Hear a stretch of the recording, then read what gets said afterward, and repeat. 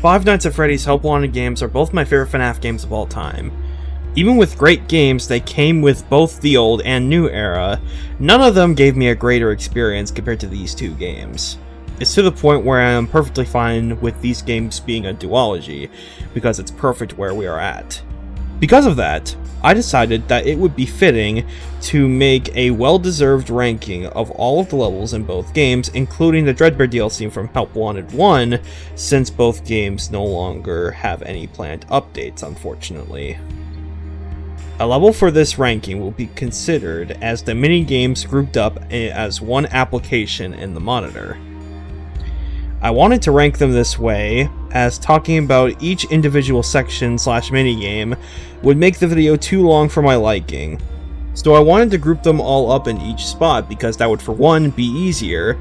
For two, it would make sense considering the games have them structured this way because each set of levels in each section has the same focus as one another.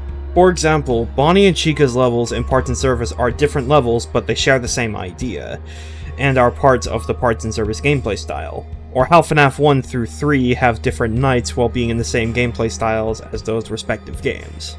As for how each of these will be ranked, a highly rated level in either of the games would be one that I am extremely excited to play most times I play through each game, with it full of mostly good to great minigames while also having a bit of dread. This is Five Nights at Freddy's we're talking about.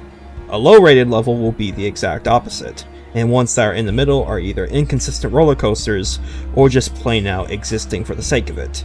Please keep in mind that this is all my opinion. If you agree or disagree with any of my rankings, that's perfectly fine. With all that said, we shall move on to the rankings.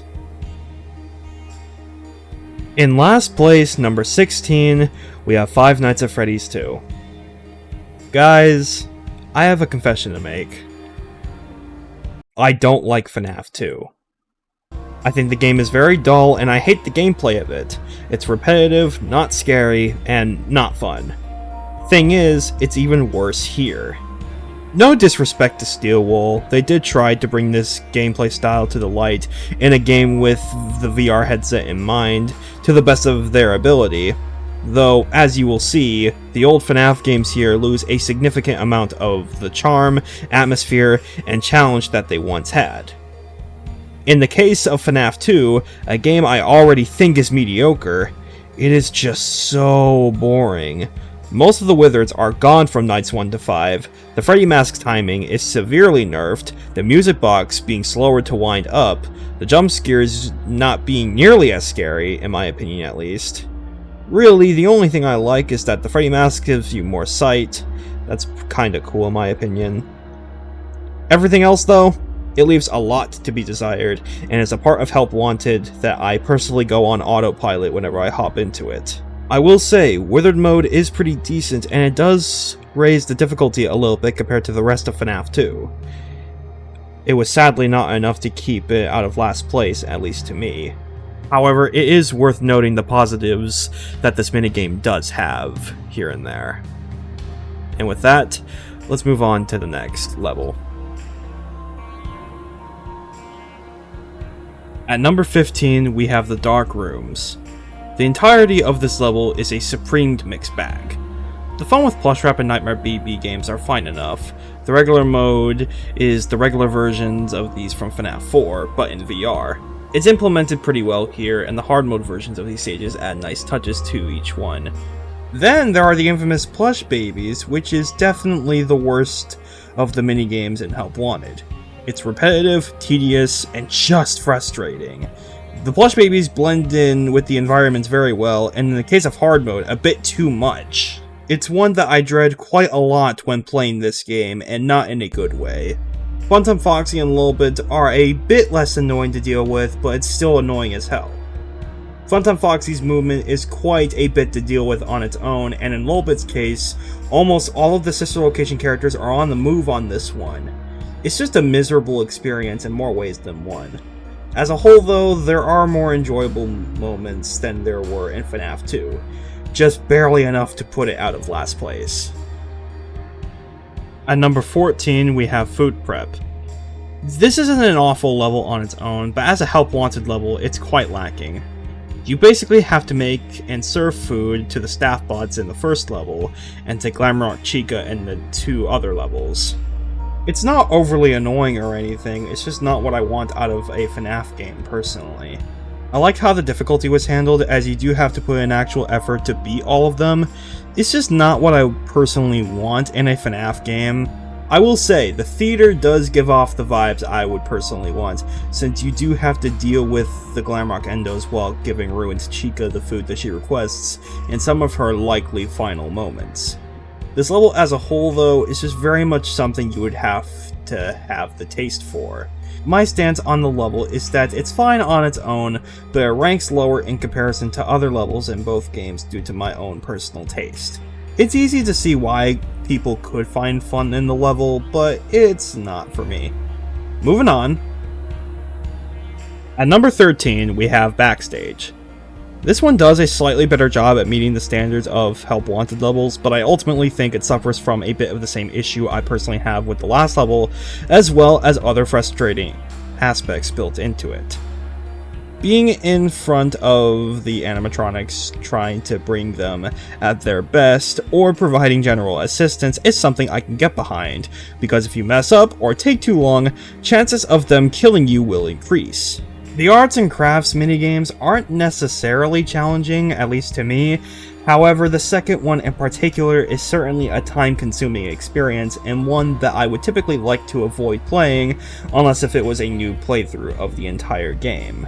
The salons with the staff bots and Roxanne Wolf do bring the better parts of the Backstage. That said, they can be overwhelming with the time limit being placed, and in Roxanne's case, very frustrating and annoying to tolerate due to the impatience from the character.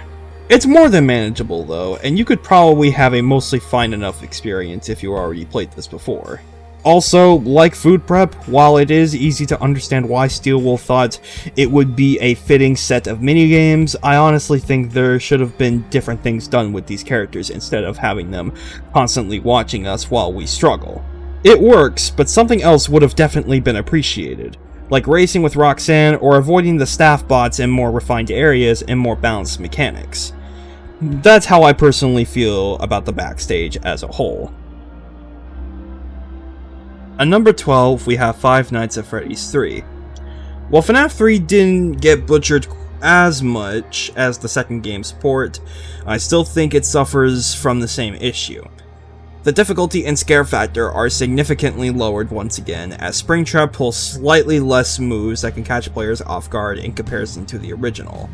And almost half of the phantoms are gone. Phantom Angle only has a regular jump scare, so nothing is here to change things up. Logically, this should be ranked lower on the list. Thing is, while I do find problems with this version of the game, the core gameplay is not at all something that I hate. FNAF 3's gameplay style and the environments are stuff that I hold very dear to my heart, and I still have massive respect for the game as a whole, even in its weaker forms such as this. The atmosphere is some of the best in the whole series, and while the game itself is on the easier side, the cameras definitely had the most meaning to them back when it was released in 2015. The fact that Steelwool kept the gameplay as accurate as possible in spite of the stuff removed from it, as well as making the environments still look relatively good, is something worth praising as well, even though I think those stuff shouldn't have been removed in the first place. A fine level all around, but not perfect, especially taking the models into consideration. At number 11, we have Five Nights at Freddy's 1. The first level that I think is mostly well made in the ranking. I won't go too deep with this one, since I said most of what can be said with the old game's implementation in the first Help Wanted, but it's much better than the rest. For one, none of the characters are removed or changed too much, unless if you count Golden Freddy. Even then, he was mainly a secret character.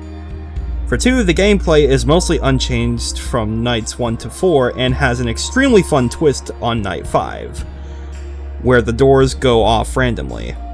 Since I loved the simplicity of the first game and the general gameplay, as well as the nice challenge in night 5, it's a massive win.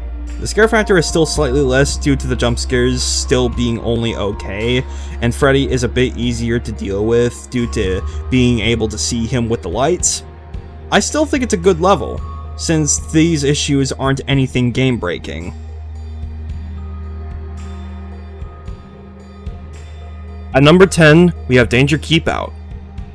Curse of Dreadbear may be very short, but I always imagined that if this game would be a full-fledged main series game instead of a DLC, it would be one of the best FNAF games of all time, if not the best in my opinion. While this is the weakest Curse of Dreadbear level, it gets a lot right. The gameplay is very similar to FNAF 1, where you have to defend yourself from the animatronics between two halls. Unlike FNAF 1, this area is much darker, and instead of the characters from the FNAF 1 level, you have the Halloween versions of these characters. All you have to do is flash them in the cameras or doors to prevent them from getting to your office. You can restart the power whenever you want, which is great because a flash you give a character will take out 20% of it each time. This is very simple gameplay, but like FNAF 1, it works well, and it's the best office-like gameplay that we've gotten out of this game due to the unique yet subtle changes to an already great style of FNAF gameplay. The only reason why it's not higher is due to personal preference, but it's still a fun and creepy time. At number 9, we have Vent Repair. I was considering putting it lower on the list, but I do think it is a cool level. The atmosphere is perfect since you're in the vents surrounded by darkness and the threats in each part of the level that can get the jump on you. Mangle's parts, both in normal and hard, are relatively scary for the standards of this game, and that is high praise. You have to hit all of the switches to activate the green lights while making general repairs. It's not the easiest, but it is manageable. Leonard's part in Vent Repair is quite difficult, both normal and hard. While conceptually it's not too different, turning the switches in the correct order can be a bit easy with the first two, but it's more difficult on the third one due to the dread from Ennard's appearance and the fact that you have to look more closely for the wires in order to put them in the correct order. The shaft and boiler rooms aren't as difficult, but you still need to know what you're doing. The hard mode version of this isn't much easier due to the occasional extra threats and all the tasks being more difficult. It may seem like I'm knocking it down, but in reality, I still like it. The challenge added here was a nice change of pace while not unfair, and the atmosphere is again top-notch. It's a good level. At number 8, we have Staff Only. A level with mostly highs, but has noticeably weaker areas. The first 8 minigames are pretty intense, as you have to fix up Helpy after several injuries while dealing with Pigpatch, Lefty, Scrap Baby, and the TV with the ads. Cold storage with Glamrock Freddy is what most people start out on, and in that case, it would be a good first impression. Retrieving the cake while making several repairs is great fun in my opinion. Endo Warehouse is quite challenging, but still fun in my opinion, although I do suck at it. The Fizzy Faz minigames are quite weird though. It has good balance and difficulty, and it does get intense due to the focusing on so many things at once. It does get decent in the later nights due to increased difficulty, but overall it was on the average side of Help Wanted 2. But due to said decency of later Fizzy Faz minigames and the high points of the rest of what Staff Only offers, it's a good level in spite of the parts where it's not so good. At number 7, we have Parts and Service. This one is easily one of the most memorable levels in Help Wanted. Freddy, Bonnie, Chica, and Foxy all need your assistance in order to get back on the stage entertaining the kids. All of these deadly creatures in these deadly parts and service rooms right in front of you, giving you the fear that they may kill you. It's quite scary if you play it in VR, and even harder as well. This can be said for other minigames in this game, but I bring it up with this game specifically because I believe it is the best example, or at least one of the best. Precision is very important at this level, as you have to carefully take Bonnie's eyes out, put the music box inside Freddy, or put the fuses inside Foxy. They also make for fun replays since they're not easy at first but get much more as you revisit them. The hard mode versions also make for a nice visual. It's a great level with not too much to poke fun at. It makes sense why this is high on the list as well, since I was praising cold storage in Fnaf Help Wanted 2. At number 6, we have Ticket Booth. This one is one hell of a time. You have the Foxy Log Ride, which is a successor to the ride in the first Help Wanted. Like its predecessor, you travel through the ride while shooting targets and discovering new paths along with general secrets. You also encounter Jacko Moon. It's cool. The Carousel and Cinder Carousel are both the same levels with minor tweaks. mainly the visuals. The carousel is broken, and it is your responsibility to fix it. While fixing it, you have to shine Moon off your back so he doesn't get the jump on you. It's a very intense and fun level while not being too complex. Not much else to say here, it's just really good. At number 5, we have Afraid of the Dark. We're in the top 5, and here lies the best that Help Wanted 1 and 2 plus Curse of Dreadbear has to offer. The pirate ride, in my opinion, is a little better here than in Help Wanted 2. While I do like the secrets within Help Wanted 2's log ride, I like the environments and theming a lot more here. It's more pirate themed than the long ride already was, which is something that I like. The only issue with this level is the Plushkin patch due to it being another plush baby game, though this one is the best due to the environment. Last but not least, we have the Corn Maze. This is a phenomenal minigame. Grim Foxy hunts you down in the maze and you have to find an exit by using one of the 4 keys to get out, or you can find all of them plus the glitchy key and head back to the beginning of the level to find the secret bunker. It's an extremely well made level and a very good start to the top 5. At number 4, we have Night Terrors. By far the best of the levels in base game Help Wanted. It's a remake of the Fnaf 4 gameplay, but with a few twists to make it something even more. Funtime Freddy and Nightmare Fredbear are both pretty similar. One has distractions, and the other has more variety in movement. Then you got Nightmarian's minigame, and it has less BS than Nightmare Mode from Fnaf 4, at least in terms of balancing and difficulty. Though there are tentacles that need to be flashed, otherwise you're dead. And it's an interestingly weird yet fun addition. The Circus Baby minigame is the most unique one since you have to hide in the closet. Close it when you need to, but no more than that because of the plush babies. Nothing about the gameplay feels worse to play compared to Fnaf 4 since it's completely different and relies on different things on each part of the level, while keeping the scare factor and atmosphere relatively the same, if not only a smidge bit less. This is an amazing level, and definitely the best that Help Wanted 1 had to offer before Curse of Dreadbear. The Pizza Party was also a cool final minigame. At number 3, we have Sister Location. For a relatively middle-of-the-ground FNAF game, this level recreates some of this game extremely well. And when it doesn't, it will bring new things to the table instead of bringing things that didn't work in the original, mainly Night 4. The Laura section is how I remembered it. The Breaker Room sections with Funtime Freddy and Yendo are great, and the office from the Custom Night has returned. It has modes that can leave a hard time for players while not being unfair, especially the case with Ennard's Night. This is way better than it was in Sister Location due to the more balanced AI. It feels fair to play. I also really like Circus Baby's Night, as it has the best usage of the plush babies we ever had. Red light, green light, hide and seek in the cameras and office. It's very fun yet scary since you have to be careful. This is by far one of the best parts of FNAF Help Wanted 2, and is one of the reasons why I consider it the better of the 2 Help Wanted games. This game properly brought us a more faithful, fun, and more accurate yet unique version of one of the past FNAF games, something I couldn't say for the first game. Sister Location was a massive win for FNAF Help Wanted 2. At number 2, we have Fastcade. We now reach the end of Help Wanted 2's levels and near the end of the list, though we're not quite done. There is so much here in the Fastcade. It's amazing how much they were able to put here. Definitely the level with the most variety and fun in this game. Bonkabon, simple fun with nothing to ask for. It's very satisfying. Bonnie Bowl, great minigame with some occasional threats. I also just love bowling. Faster Blast is extremely fun, and the Secret FNAF 3 is fun to unlock.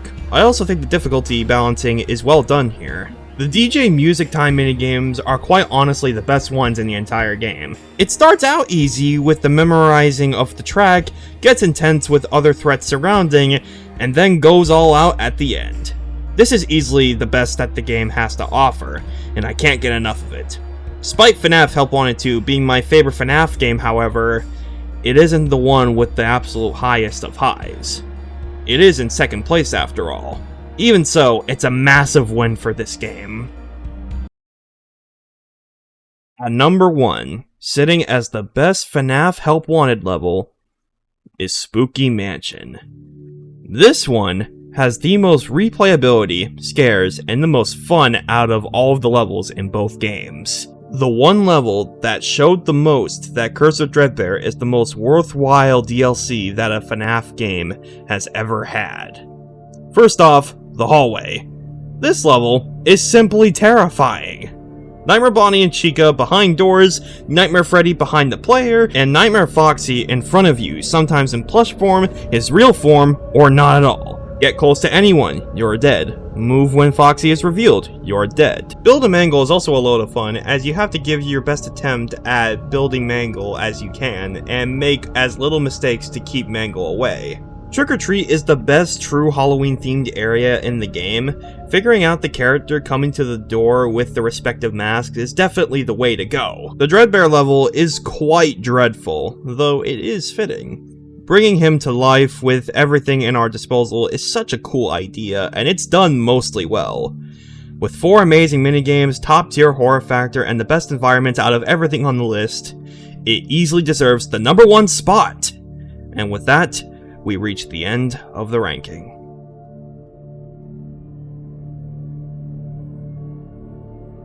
This is XFred speaking, and he is thanking you for watching the video. Seriously, thank you guys for watching the video. Now, before I go, I wanted to do a little unscripted end to the video. YouTube has planned some changes for the website. I just want to let you guys know I'm going to be fine. I'm not too sure about I'm not too sure about other content creators, but I promise y'all I'll be fine. YouTube was planning some changes to the website to protect teenagers.